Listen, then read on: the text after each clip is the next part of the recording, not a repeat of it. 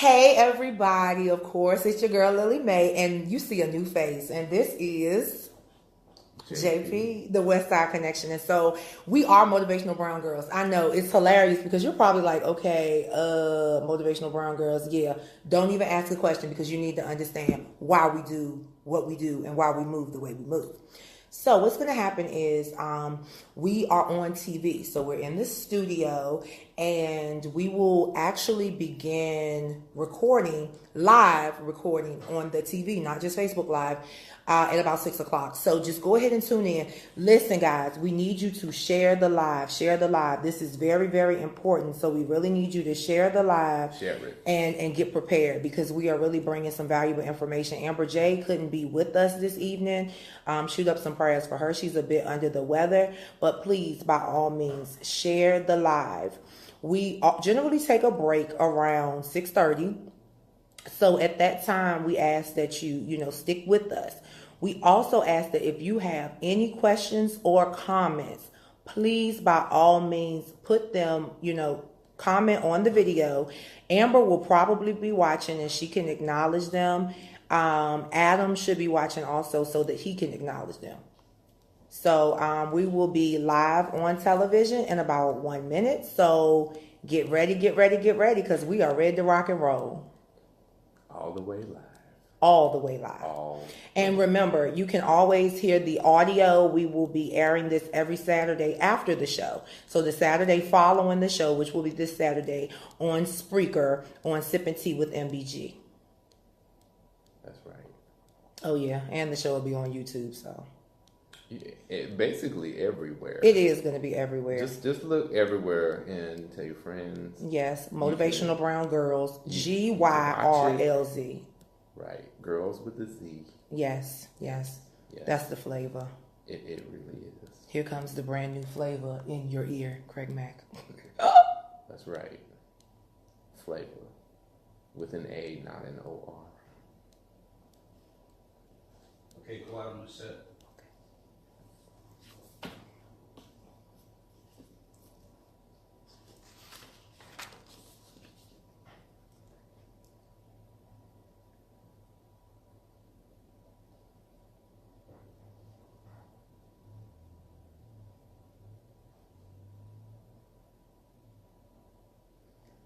Hey everybody, it's your girl Lily Mae, and I have a new face with me. But first and foremost, welcome back to MBG Speaks 101. This is season 4. Season, what is it in Spanish? Cuatro. Hey, season cuatro in Spanish. So guys, we are excited to be here, been self-reflecting, and by God, we have been preparing ourselves for midterm elections. That's right. But in the midst of all of this preparation, we had to make sure that we had someone on our team who truly could speak from an adversarial side while maintaining his position. I do a lot of things in life, writing, music, comedy, things like that. But I'm coming to you with my girl Lil right here. Yes. MBG Speaks. I know you're looking at me and you're saying, wait a minute. MBG. Brown girls. Motivational brown girls. Yes. This is not a brown girl. You're right. But I will try to be motivational.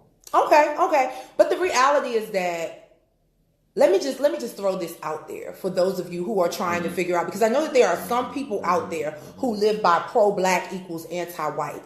Negative. That's not where we are. The sad thing, JP, is that most people don't understand the Motivational Brown Girls mission is to first inform and then educate individuals on how to become agents of change in your community. Right. Through the provision of self-help techniques, strategies, resource mapping, and a plethora of other strategies and techniques to support you. The end result is that we will inspire and motivate you to become agents of change in your community. Now, we all know that we do not live in all black communities, and we do not live in all white communities. We do not live in all Hispanic communities. We do not live in all Democrat communities. We do not live in all Republican communities. You get the drift. Right. So with that being stated, anybody that has a problem with JP the West Side Connection being a part of Motivational Brown Girls, suck it up. Do what you need to do, because when you hear the things that he has to say, and if you go back and you listen to Sip and Tea with MBG, which airs every Saturday at 12 noon, and you can log on to Spreaker. If you listen to the things that JP the West Side Connection has to say, you will definitely understand that he is an ally. He is an ally and not an adversary. So, now that we got all of that foolishness out of the way, shout out to Amber J. Amber J, we definitely want to thank you for inspiring us to follow through on this topic, and we hope that you feel better, guys. Amber J is under the weather, so please send up a prayer for her. All right, now let's get real. MBG Speaks 101. MBG Speaks 101, JP, just to give you a little bit more history. So MBG Speaks 101 began when we thought about doing a radio show. Mm-hmm. And so we thought about doing a radio show, and we were like, okay, what else can we do? Well, the reality is that we said people are listening to us, but they need to see us. Because the thing is, and I tell people this all the time, right? I can talk to you on the phone all day. All day long. But until you see my body movement and until you see how I react to certain things, you don't know what my passion really is. Mm-hmm. People are actors. Yeah. People are actors, and so we're going to leave that alone. But yeah, so that's what MBG Speaks, how it originated. We wanted you guys to understand that what you're hearing us say, we mean it. We're passionate about it. Our body language exudes what we really need from you. Absolutely. And so MBG Speaks 101 was birthed. Now, this is season 4. And in season 4, the theme is patriarchy, power, and pussy. That's right. We're getting explicit. Patriarchy, power, and pussy. Now see, there are those of you who are going to tune out right now. You're going to tune out right now because you're so heavenly bound that you're no earthly good. Well, if that's the case, bye-bye. Now, just understand, the reason that we are tackling the topic of patriarchy, power, and pussy is because of a couple of things. One of the things is that we live in a political world. Now, the first thing I need you to understand is this. Politics are not defined as a party system. This is the educational piece that MBG gives to you. Politics is not defined as a political system. Politics or politic is defined as the study of policy. Administration is the implementation of those policies. So that births something called the politico-administrative dichotomy. The politico-administrative dichotomy. And basically what that means is you take the policies and you implement the policies. A dichotomy is what? It's two. It's intertwined. It's interwoven. So first and foremost, I need you to stop thinking that politics, because someone says, "Oh, I don't believe in politics." Well, if you don't believe in politics, then you probably locked up because you don't believe in policy and law. I can't help how the law is applied. Remember, I said politics is the study of policy. Okay, it's not how it's implemented. So if you have a problem with how something is implemented, you might be talking about the administrative part or the justice part, okay? So just want to throw that out there first because I want to make sure that you understand where we're going. So yeah, patriarchy, power, and pussy. Another reason we chose this topic is because your friend, Red Man, in office, Orange Man, whatever you want to call him. JP said Cheeto. Cheeto. No, wait a minute. Is he the crunchy Cheeto? Is he the puffy Cheeto? Or is he the flaming hot Cheeto? Oh, he definitely not a flaming hot Cheeto. Okay. He is a puffy Cheeto that was dipped in Tang. That's what he is. Ooh, that hurt. You remember Tang? Yeah, that hurt. Do they still sell Tang? You know what? But Tang is the cheap form of orange drink or whatever. He looks like he's been soaking in some orange crush for about 20 years. I'm so over it. And Brett Kavanaugh, who my buddy over here says needs a new skincare regimen. Oh, he definitely does. Well, yes. You know what? See, I'm not going to go there. Looks You know, like I a was lot. thinking he might need to get his face creamed. He needs But anyway, chemical peel or something. that's what he needs, exfoliation for real. Exfoliant, whatever it is. Wash your face or something. Bill Cosby, R. Kelly, and a plethora of other gentlemen. Put in pops. I can't take it right now. And a plethora of other gentlemen who seemingly have had contact with the justice system, but have been treated differently. Correct. However, they are all being treated accordingly relative to their class, status, and power. So that's what brought us into patriarchy, power, and pussy. And so we're going to kind of move through. But JP, before we start to really define patriarchy, power, and pussy and talk about how we're going to address those topics, talk a little bit about what white privilege looks like to you. Because I think it's important for people to not just hear it from Amber J and myself, but to also hear your take on that. You know, white privilege is a lot of things, and we did cover this a bit on the radio. We did. So guys, you got to go back and listen to Sip and Tea with MBG. In the intro, is that the best definition that I've heard, the most succinct. That's a tough word to say. Definition that I have heard is that there are many things that can hold you back in this life. Okay. But if you have white privilege, what this simply means in the context is that your race has not been one of them. White privilege, and see a lot of white people, they get a little bit confused with white privilege, because we hear this word privilege and we go, I ain't rich. I ain't got white privilege. But it essentially, it may or may not, it doesn't necessarily have anything to do with money. Mm-hmm. It's the privilege of the things that you don't have to think about. Mm-hmm. Like we have white people who love to say things like, I don't see color.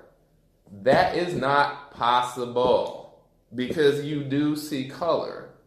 We who live in this society, it is very likely, unless you have rooted these things out of you through lots of interpersonal work over the years, you have racial biases just by the fact that you were born into this society, into this world where race defines and is a part of everything that we do and everything we think about.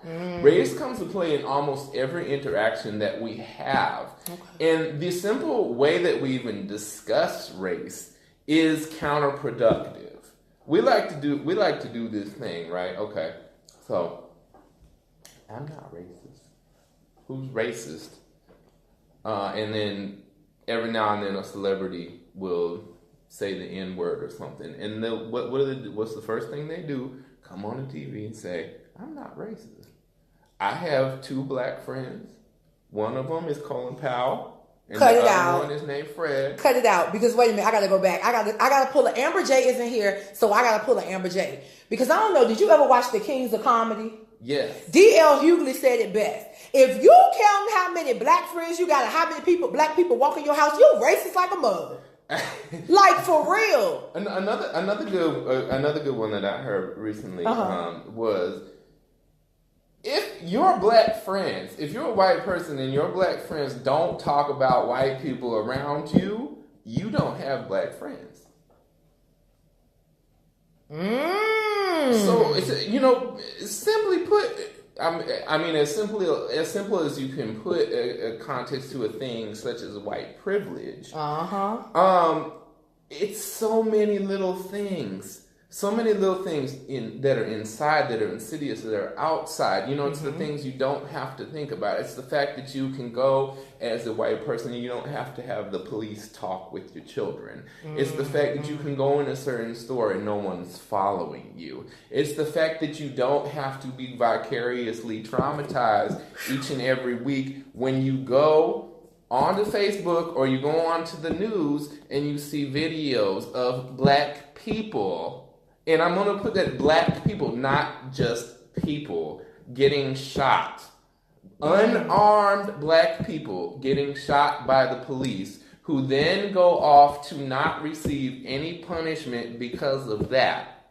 And you can separate yourself from that. You say, oh, well, I don't want to think about that. I don't have to think about that.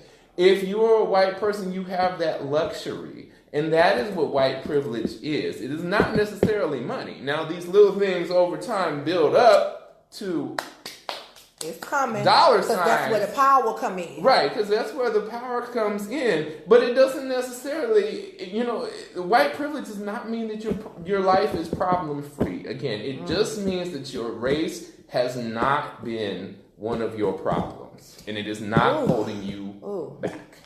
Okay, so let me go back and Amber J.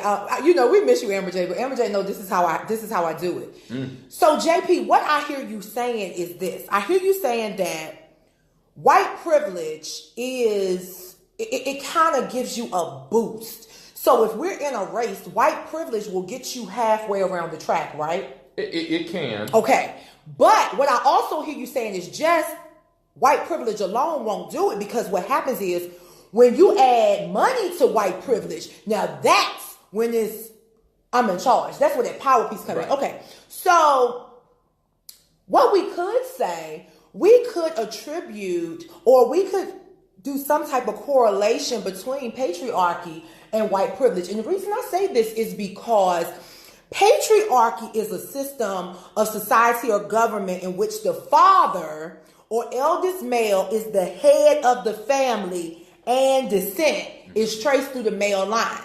Now, let's give him a history lesson. If we really think about history, for a long time, black people were not, guys, for a long time, black people were not counted. So I personally believe that patriarchal society truly started over in Greece and, all back before then. Rome, Greece, even during, way before we even thought about. But what I also want you to understand is that we struggle. And when I say we, I'm saying black people. We as black people struggle with being direct and being open. And one thing I need you to understand is this. White privilege is only as much of a threat to you as you allow it to be. Now, it is a threat. Don't think I didn't say it's not a threat. Because the reality is that if Joshua and I, JP and I, were up for a position, 9 times out of 10, unless I have 30 years of experience, 4 PhDs, and Barack Obama is my dad, more than likely he's going to get the position, even if he just has a master's degree, a year of experience, because most of the time, it's really not about what you know. It's about what you look like and who you know. You see, I threw that in there. It's about what you look like and who you know. Now, the interesting thing is that, and we're going to talk about patriarchy, power, and pussy, but we got to lay some foundation. The interesting thing about the whole, getting in here and talking about white privilege before we set the tone for patriarchy, power, and pussy is that we as a black race of people have gotten to the point where we don't embrace one another. We persecute each other. And through persecution, we empower and give power to white privilege. Because the reality, and I love the meme that says, if black people came together like they do to do the electric slide or the wobble, man, white privilege wouldn't mean nothing. White privilege wouldn't mean anything. Case in point, I had a lady tell me one day, she said, you might want to tone it down because, people are watching. Okay. Watch me work. Because one thing about it, I don't care what I look like. And I know that corporate America doesn't like this get up. But the reality is that what I'm finding is that black people in corporate America don't often like this get up because it's indicative of what they wish that they could do. I noticed that a lot of people that are removed from the millennial generation and the lost generation, which is the generation that we used to teach, they don't understand that we have to create who we are because we have been told by society that we're somebody different. Well, I'm here to tell you, my mother and father knew what they were doing when they named me Lily Mae. But they also knew what they were doing when they taught me about Bloody Monday. When they taught me that my mother had to go around the side of Woolworths to order her food because she could not go and sit at the counter. When my dad showed me that mentally he was enslaved because he was unable to break ties from the things and the companies and the practices which had pretty much gotten him to where he was.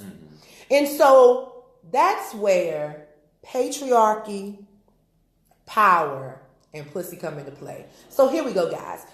I define patriarchy, and I'm going to let you kind of, elaborate a little bit more on patriarchy, but I want you to think about this right here. A system of society or government, because we're going to talk about government. So a system of government that's organized such that men are the sole proprietors, meaning that men are in charge of every aspect of the government, and women are only there to fill a quota. I want you to think about that while we talk about patriarchy, power, and pussy. Patriarchy a little bit. Mm-hmm. Yeah, so I mean, you certainly define patriarchy in that it is a system of society or government in which men have all the power.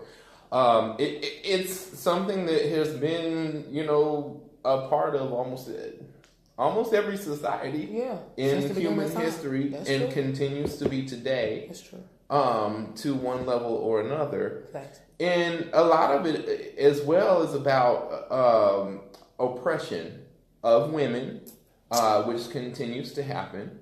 So men in this system get all the property. And of course, you know that property builds wealth. Wealth is built over generations, right? So basically you're saying that, okay, patriarchy, property, wealth, and wealth goes into power. But keep going with patriarchy because, matter of fact, I'm going to take notes while you're talking. Well, Go ahead. I mean, it's all intertwined into the concept, I think, of patriarchy. Okay.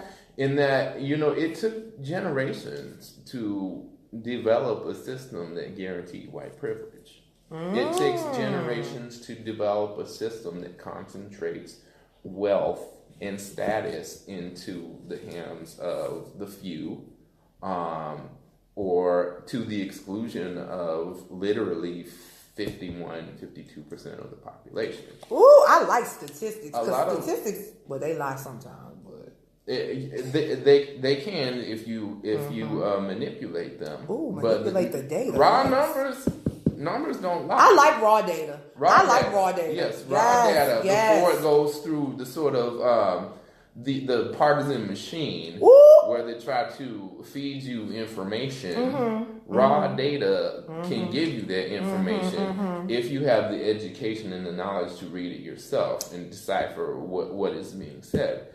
There is an interesting discussion that I've seen sort of going around, and I know you were so media savvy and social media savvy, being of the millennial generation as you are. I'm not. I didn't quite make the cut myself.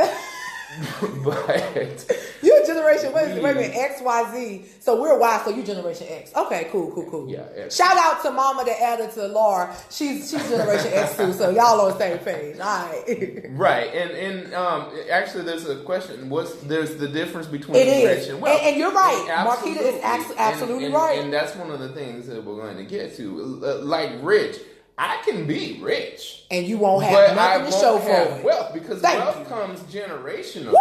Wealth is not defined by the things that you have. It's defined more by the power your net worth that continues. Yes. Your net worth Yes. that you continue and you pass on to your children and Woo! your children's children and all that. And that's how you develop the patriarchy. And that's how you develop power. That's how you develop Woo! power. But I also want to make this point, and this is perhaps controversial because one, it is coming from a man. But there's a lot of talk on social media and the media in general about the place that white women in particular, the roles that white women in particular have played in the development of the patriarchy and the continuance of the patriarchy and things such as white privilege.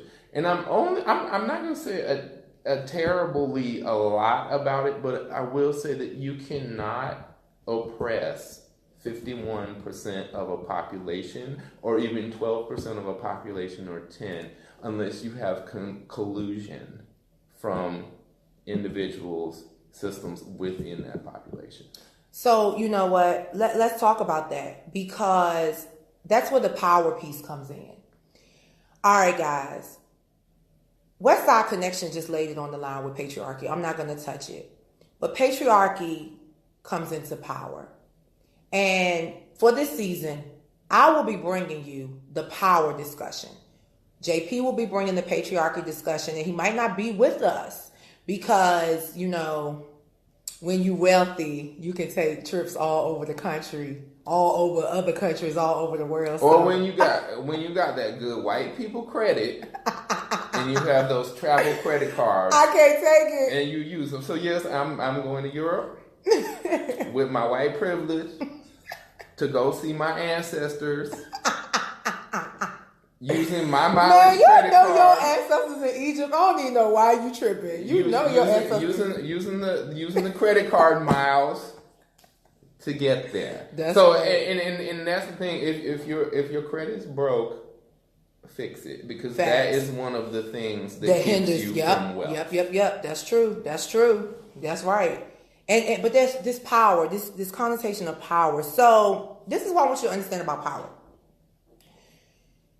Wealth gives you power. And I'm gonna define it like this. So I'm gonna give you wealth as power as a noun and as a verb, because it is. It can be a noun as a verb. As a noun, it's the ability to do something or act in a particular way, or the capacity or ability to direct or influence the behavior of others or the course of an event. So power can turn an election in the way you want it to go. Power can sexually assault females and make individuals think that the females are just concocting this in their head. Absolutely.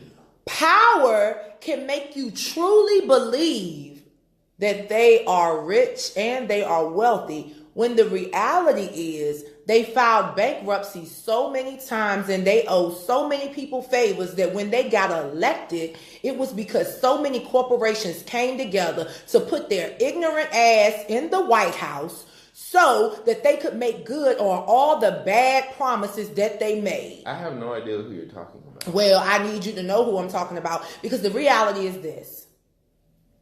Never in the history of, take that back, because guess what? Andrew Jackson did it.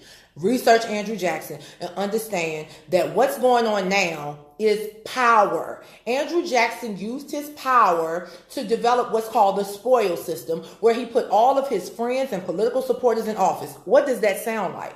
The same thing that's going on right now. So the era of the common man has come full circle and is now infecting us in 2018. But anyway, power. Power as a verb talks about supplying something with mechanical or electrical energy. Mechanical or electrical energy. Moving or traveling with great speed or force. Okay. As soon as this fool got in office, what he started doing? Executive orders. Rapid. Erratic. Which takes me to narcissism. Because see, power could be representative or indicative of narcissism. But I'm not going to go there just yet. We're going to hit the mental health component in the second half of the show. But let's bring it back. So with this whole concept of power, I'm going to have to bring power and pussy together, because see, this is what's happening. Mm-hmm. Because of the power, the pussy comes, right? Yeah, true. Now, true. The pussy comes, but is it the actual pussy that's coming? Or is it the hand that's coming? Follow me. Is the pussy coming or is the hand coming? Because see, what I need you to understand is this. Powerful men generally have some insecurity that they will never ever let anybody see. They won't reveal it. For example, Brett Kavanaugh, he's an alcoholic, straight up. Something else that that's really why his skin. Oh yeah. I mean, not yeah. harp on it. The other thing. He's a little Noxema. He needs some Noxema. So JP, we're not doing this today. We're not doing this today. Not that I'm doing a product placement. We're not doing that. No, we're not. If that's okay, we can get some Mary Kay. He needs some time wise. But Brett Kavanaugh, not only is he an alcoholic, but he's also an insecure man. And the reason I say that he's an insecure man is because he was so uncomfortable when the women were addressing him and questioning him. He was so uncomfortable. Like when the men questioned him, like when Cory Booker came at him, he got a little brisk with him.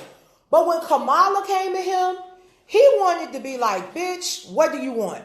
So, guys, that's why we came up with Patriarchy, Power, and Pussy. Now, we're getting ready to take a break.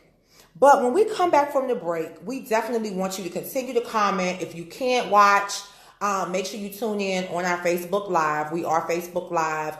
And just, tune in with us. But guys, don't forget, we will be back in a little bit. And remember, we are talking about patriarchy, power, and boom. Don't make me say it. I'm new here. All right. Hey.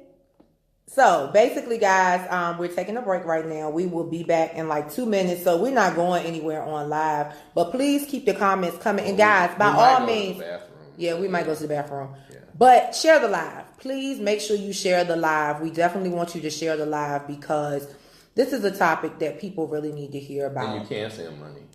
Yeah, that's true. You sure can. You can. Mm-hmm. We don't have a GoFundMe, but all I'm saying is you can always donate to the marketing fund. And guys, the reality is that one thing about Motivational Brown Girls, we're really not in the business of being popular because the reality is that we know that a lot of people don't like us. They don't want to hear what we have to say. But the reality is that as long as we're providing information and education, it really does not matter. And so that's what we're about. We want you to understand what's going on. And after every show, we will have a call to action. And right now, that call to action centers around making sure that you vote. That's what it is. It is important. It's very important. And we struggle with that. And definitely when we go back, when we do that call to action, JP, we really going to have to talk about what's the real reason people don't vote. Is it the Electoral College? So yeah, guys, please share the live. Share the live. If you're in any groups, share the live to your group. If you're watching live and you're on your phone, invite your friends to watch. And the reality is that we want to hear from you. So please, by all means, comment. We need your comments. Absolutely. We definitely need your comments. But yeah, we'll be back on TV. If you're watching on TV, we'll be back in about 1 minute. 1 minute. One time. One time. 2 times. What song is that? Is that Killing Me Softly? No. Yeah, it was Killing Me Softly. Okay. Fuji la la la la la la la la la. One time. But it's interesting. It's interesting that we still live in a era where people are so uncomfortable having these conversations. But I'm just glad to have somebody like you that really don't give a daggone, and he just like, you know what, whatever you saying, this is how we gonna carry it. Hey, facts. Speak the truth. Yes. So JP, how do you feel? Your first time on the air with us? Like, oh my God, this is great. It's great. It's interesting. I feel like my black card gonna get revoked because you really going in over here. I feel like they might be like, Lil, we're gonna revoke your black card for real. No, you gotta have an affirmative action. EEOC. Right, the EEOC. All right. Okay, guys. So we're getting ready to go back live. So just stay with us.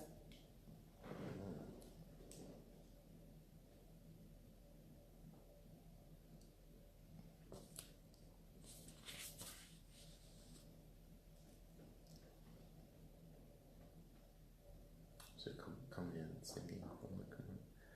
I heard he sang a good song. I heard he sang a good. Oh, we all off. We are all off right now. And then I came to see You about to sing that thing. and listen for a while. Yes. That's what we do. One time. 2 times. So guys, welcome back to MBG Speaks 101 season 4. Quattro. Uno. Uno, dos. For me. Wait a minute. Uno, dos, tres, cuatro. See, I know a little bit. You're going to have to teach me some more, though. I need more. I need more. But this season, the theme is patriarchy, power, and...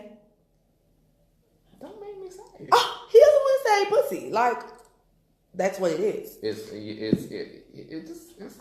Okay. But I bet you will say patriarchy, though. Patriarchy. See, just like a man, want to say patriarchy. I'm going to say power. But really, guys, if you missed out in the first half, we really assessed and we operationalized, we defined patriarchy as the male head, like men rule the world type thing. Right. We defined power as energy, mechanical force, just boom, that's what it is. And pussy, it just is what it is. It is what it is. As vulgar as it is. Now, by definition, pussy is a cat. But, you guys understand that we're referring to it as the vagina, ladies' vagina. And so we're really serious about this thing. So, let's just kind of free flow and talk about this whole patriarchy, power, and pussy thing. And what I want to do is, JP, let's talk about this, the patriarchy, power, and pussy, triple P. Mm-hmm. Let's talk about it relative to the difference between R. Kelly and Bill Cosby. Because what I don't want to do, I don't want to cross sections with race. Bill Cosby didn't pee on anybody, as far as I know. But wait a minute, so you telling me that... Maybe he did. So you telling me that it's better to pee on somebody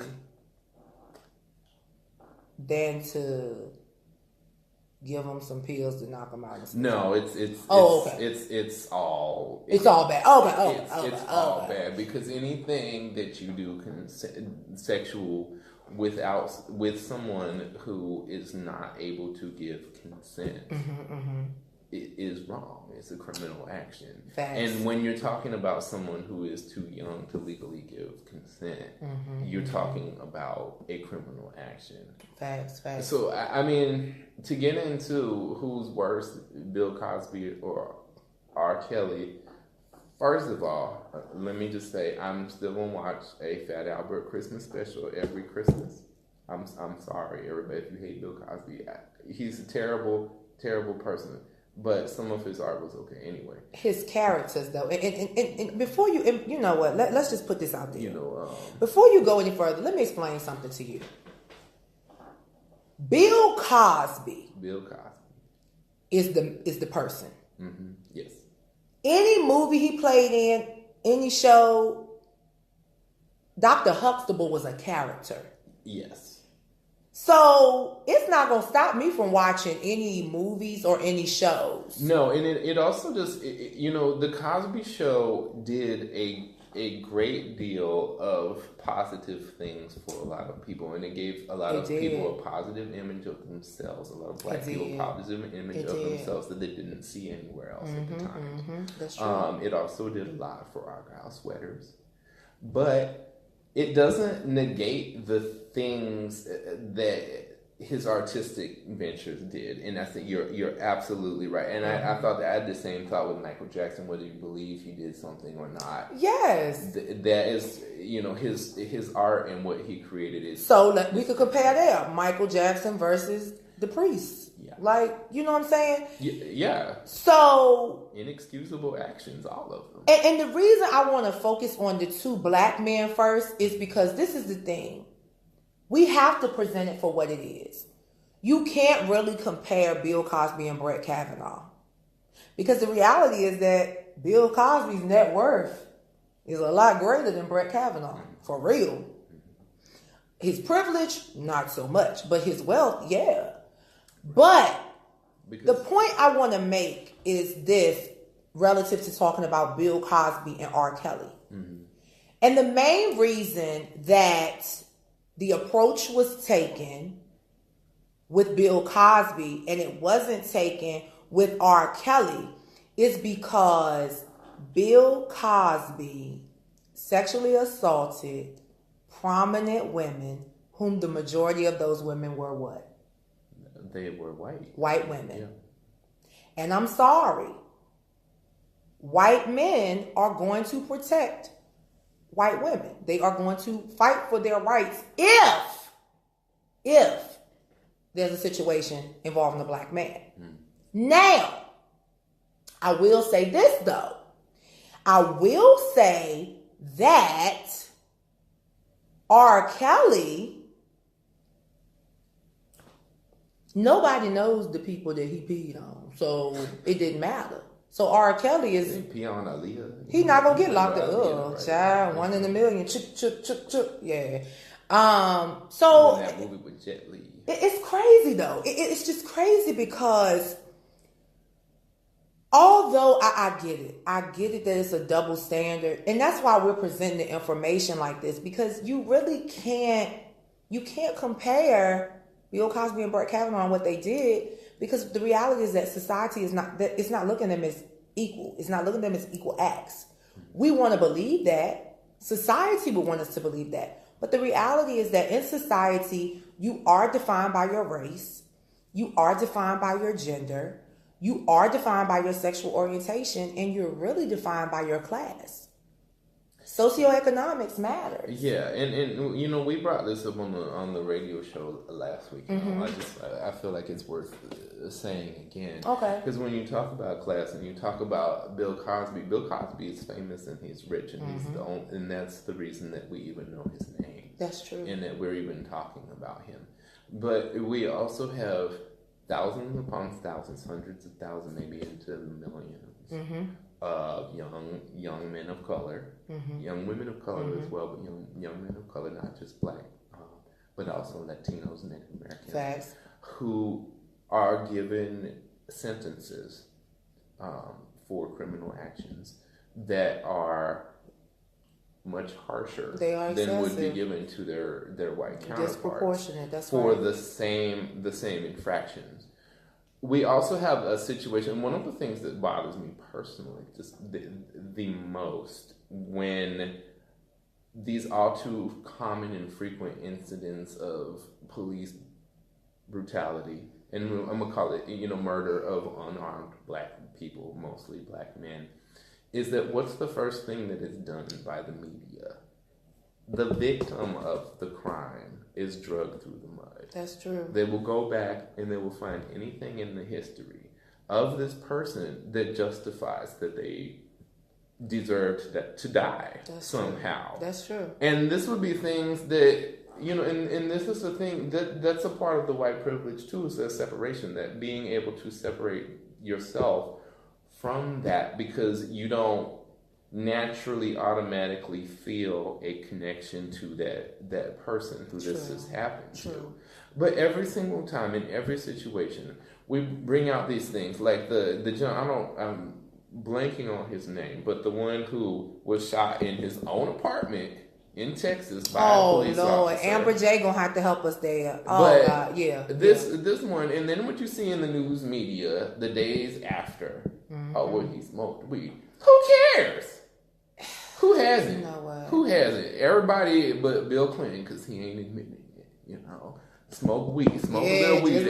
Just like I did not have sexual relations with that woman. Whatever. That's your. And then he came back on 60 Minutes and said, "I showed it." That's your precursor to Cheeto Man right there. I have people, because I'm not a Democrat or a Republican, and I refuse to be. And I have people say, "Oh, well, you're a Democrat." I say, "Am I?"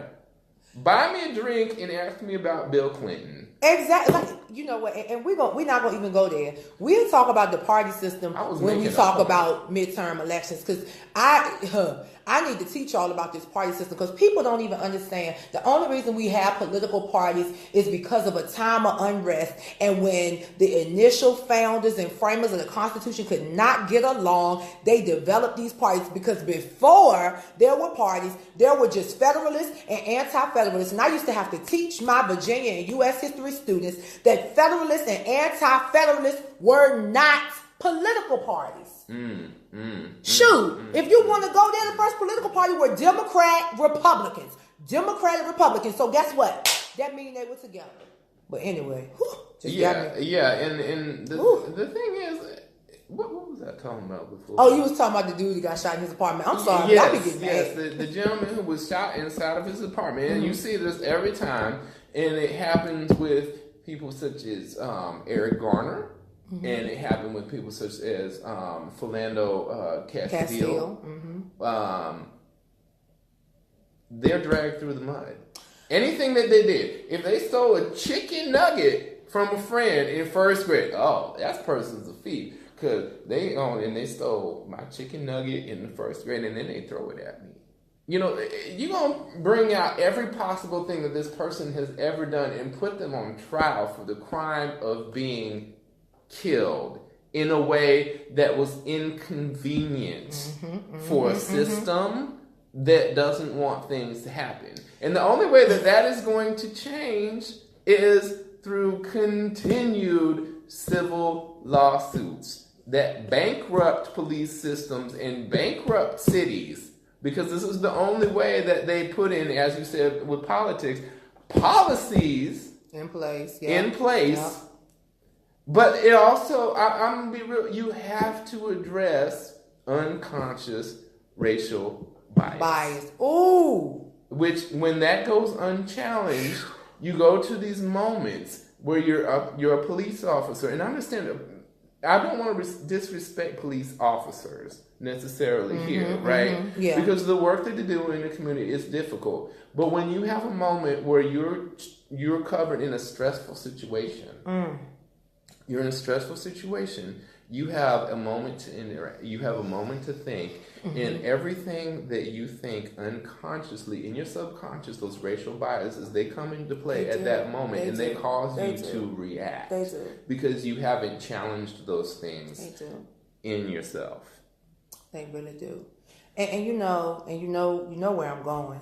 So many of you know, and if you follow me on Facebook, you know that 2 weeks ago, my uncle's life was taken. And he was a police officer of 30 plus years. And he was actually getting off. But he heard a call that his unit responded to, and he was going to protect his fellow officers. He was killed in the line of duty by a 74-year-old white man. Now, how one man had assault rifles and had bullets going in all different directions, I don't know. But they were there to serve a warrant on his 27, 28-year-old son who was sexually assaulting foster children. And you had got wind of this. So you had your ammo set up to ambush these officers. Now, the interesting thing is that in the area in South Carolina, in Florence, South Carolina, you know, to be honest with you guys, when I first found out that it happened, I just knew that it was a black man that had killed my uncle. I just knew it. Racial bias. Intra-cultural racial bias. Oh, it's absolutely insidious. But when I found out that it was an old white man, I'm just going to keep it real with you. I got mad. I went from sad and hurt that he was gone to mad as hell. Because I was like, how the hell did this man kill one police officer and wound 6 others and make it out alive?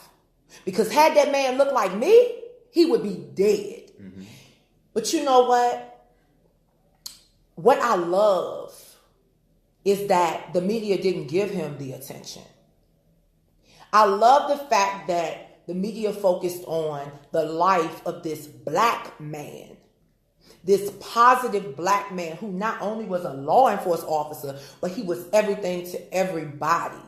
To the point that our former vice president of these United States, Uncle Joe, walked in the funeral. So I need you to understand that it's not all police officers. So don't ever think that motivational brown girls are attacking police officers. But we are attacking bad officers.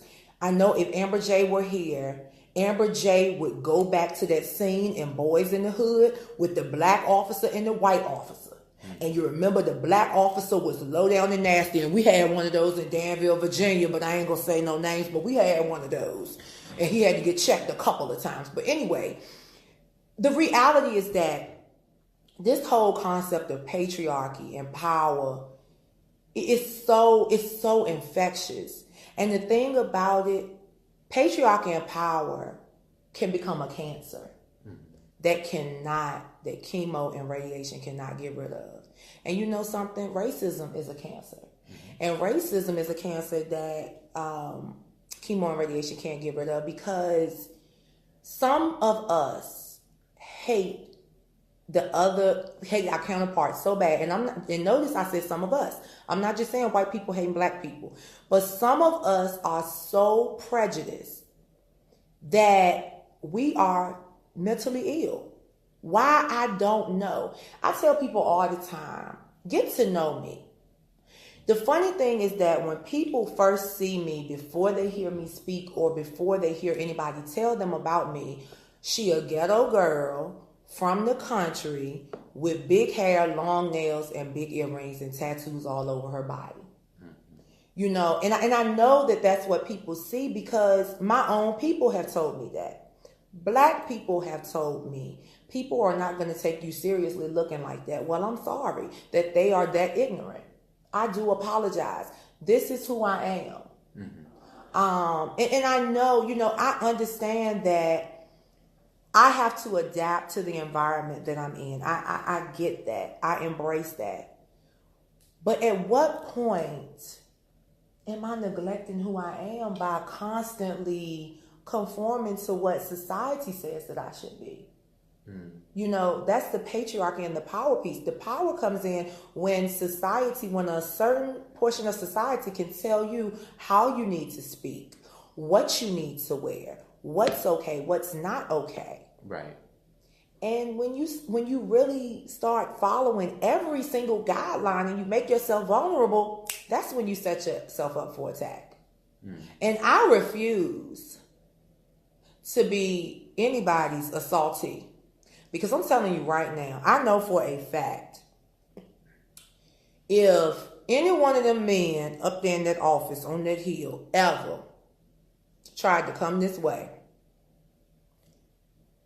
I probably would be a Trayvon or Eric Garner, because I'm going to fight. I'm going to fight. Because one thing about it, a lot of these women, and I firmly believe this, a lot of the women that were sexually assaulted, and someone made a joke about them being sexually assaulted 20, 30 years ago. But what you have to understand is this. White women, first of all, have never been allowed to speak up against their white male counterparts. You have to understand that. Black women have always said what the hell we wanted to say. Now I need you to understand what I'm saying. And the reason I say this, and I validate it, is because Amber is coming. In 1793, when Willie Lynch stood on the banks of the James River, his speech targeted black women. Why? Because he knew we had the power. We hold things together. We create things. We embrace. We uplift. Hence, that's why this platform was founded upon the backs of Philando Castile and Alton Sterling, because we were outraged that these individuals continued to get hurt. Like, what's going on? The sad thing is that we get the most support from our white male counterparts. Shout out to Adam, the editor, who's in Michigan. Shout out to JP, the West Side Connection, who said, how can I help?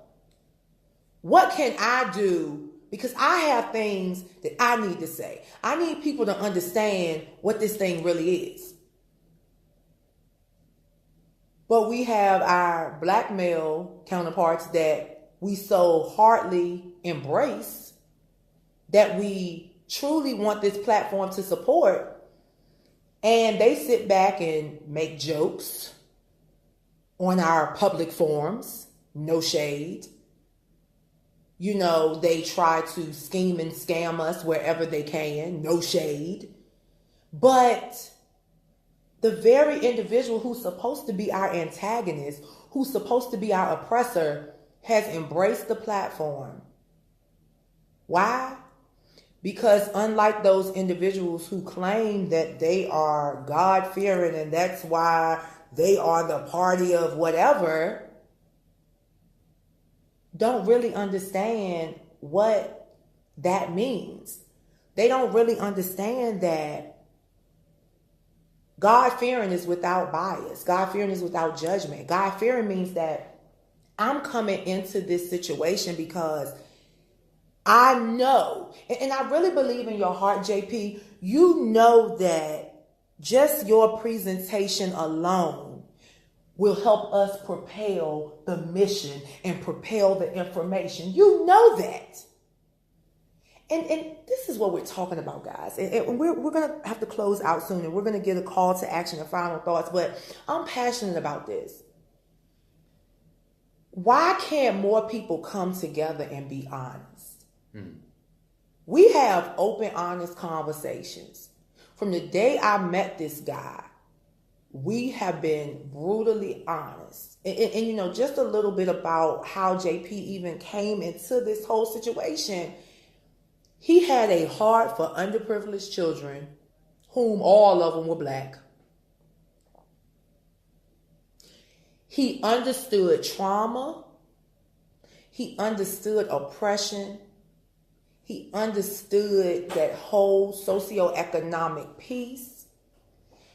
And because of that, he gave a great deal of his time to educating our children. He spent a great deal of time trying to instill just pride in them. Not even black pride, but pride to be of a generation that is going to be the first generation to really operate flying cars. You know, and the first call to action is for the parents. Parents, stop telling these kids that all they're going to do is be like they're no good daddies. Because guess what? You laid down with them. And guys, same thing. Because shout out to the single fathers. I know there are a lot of single fathers out there. Stop telling these babies they're going to be like their mama. Stop talking down about the absent parent or the non-custodial parent in the face of these children. To your children, the non-custodial parent should be their idol, regardless of what's going on with the two of you. Because at the end of the day, you are setting these kids up to be brutalized in society because they're going to act on who they feel like they are. Okay, call to action. The call to action, guys, get out and vote. These midterm elections mean the world. You might not feel like your vote counts in the presidential election, but guess what? It counts local and state. So if you don't want to vote in the presidential election, you need to vote in the local and state elections. You need to see if there are any bond referendums out there. You need to see if there are any statutory changes, which means laws or any kind of policies that you'll be voting on. And you need to know what these people are saying. 86 the parties. I always say, I can remember my grandmother saying that she voted for Reagan. She voted for Reagan. That was the first time she had ever voted Republican. Was I don't know if the first, when Reagan was in office. So I need you guys to understand that. So that's the call to action. JP, any final thoughts? You know, I just wanted to say, but I appreciate your comments directed towards me, but I want to make it clear when you are somebody, whether or not you call yourself an ally, which I don't necessarily subscribe to that verbiage. Okay. What's the best thing that you could do is, one, don't feel that you should be congratulated just for being a decent person. Because to me, when it comes, and I come to support the mission of MBG and people like you and like Amber, it's because I'm on my own journey to try to be a decent human being. Because you're what, Christ-like. Okay. It's, I don't know about that. Maybe you striving. You striving. I think it's the beard. But yeah, I mean, and no matter what circumstance we're born into, we're poor, we're rich, it is the duty, we're black, we're white, we're brown. It's the duty of all of us to try to be and become decent people. And also as men, one of the things that I am bothered by is that fathers get over-congratulated at times just for being basically decent people. So if you are really trying to be an ally, one of the best things you can do is listen and just don't try to take over all the time. So I'm not coming to this show trying to take over. I'm hoping that my presence will add something to the forum and to the discussion, but I'm not trying to be CEO. I'm not trying to come in and take over and be the one who talks the most and all that. Just learn how to support, and that's how you act as an ally. And you act as an ally just by trying to be a decent person. Listening to people whose perspectives are different than yours. Guys, you heard it best from JP, the West Side Connection. That's it. I'm your girl, Lily Mae. I don't have any final thoughts because he did the daggone thing.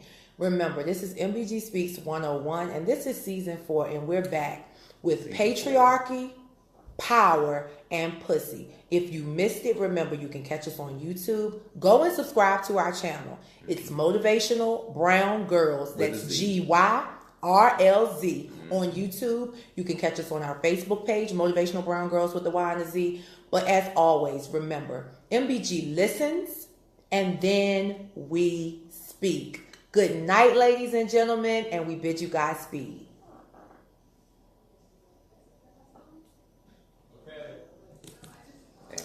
All right, everybody, continue to share the live. We're getting ready to tune out, but thank you so much for tuning in, and we'll talk to you next week.